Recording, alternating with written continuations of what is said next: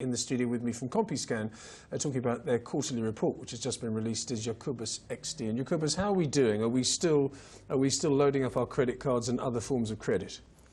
Unfortunately, yes, we are. But fortunately, lending is stable. So we are seeing some increases in vehicle lending and short-term unsecured lending. So those are loans less than or equal to 8,000 and with terms of less than or equal to 6 months. In general, delinquency is still a bit concerning. We're seeing that only 42% of individuals are not in arrears on any accounts. 13% are 1 to 2 months in arrears. About 24% are 3 or more months in arrears. About 10% have adverses and 10% have judgment. So in other words, of the 23 million people in South Africa that are credit active, someone is more likely to be over-indebted than not. Sounds a bit messy, Gugu. Very messy. And I think often, Jacobus, there's a misconception here that it's the lower income earners that are more at risk of this, or even the middle class. But from your data, who's more at risk and who's feeling the pinch more significantly? Yes, it is definitely the lower income individuals, but high income individuals are targeted as well as the lower income individuals come under pressure. And the indebtedness, unfortunately, is across the board. We are seeing it in short-term unsecured lending. We are seeing it in larger amounts unsecured lending. We are seeing it in vehicle and even home loan type lending. Some of the highest delinquency rates are in store cards. I mean, there more than 40% of individuals are over-indebted, unfortunately.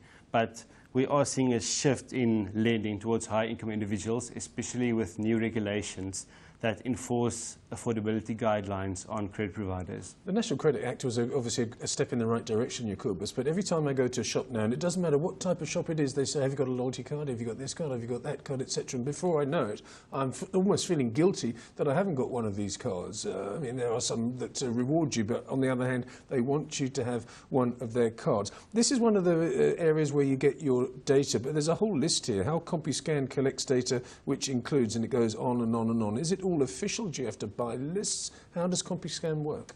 There's quite a few questions in there. Yes, but yes. Yeah, let's talk about how you get your data, first of all. We get data from credit providers all over South Africa. It's more than 4,000 different credit providers. And we have about 300 million accounts, of which about 80 million are open and active. And we get updates on them every month. And opening accounts and closing accounts is notified or gets us notified on a daily basis. So there are a myriad of different credit providers providing all kinds of information to us. We get information from courts, we get information from the deeds office, yes. CIPC, yeah, and that is updated regularly. But it is a challenge to maintain data quality.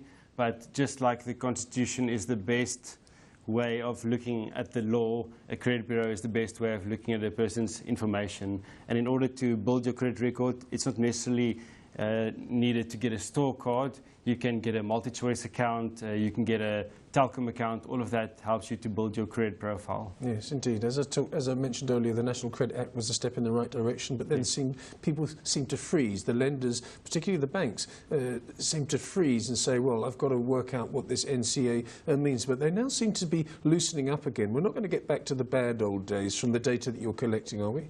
No, we're not. There were new regulations enforced earlier this year on the 13th of March that forces all credit providers to do comprehensive affordability checks.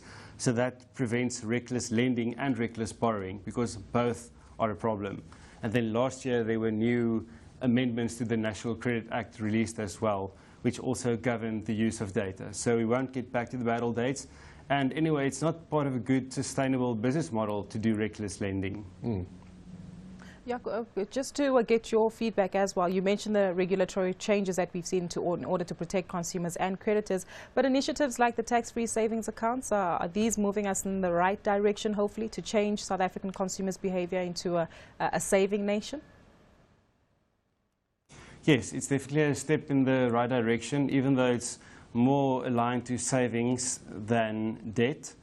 But it's getting people incentivized to save. It's getting people incentivized to pay back their overdue accounts. And the new regulations are doing that, because if you have paid up your adverse account, so an adverse account that has been handed over, that has been written off, where an asset has been repossessed, or where a credit facility has been revoked. If you've paid up that account, that information, the fact that it's adverse, is then removed from the credit bureau. So that gives people incentive as well. So it's all about providing the right incentive base for the right behaviour.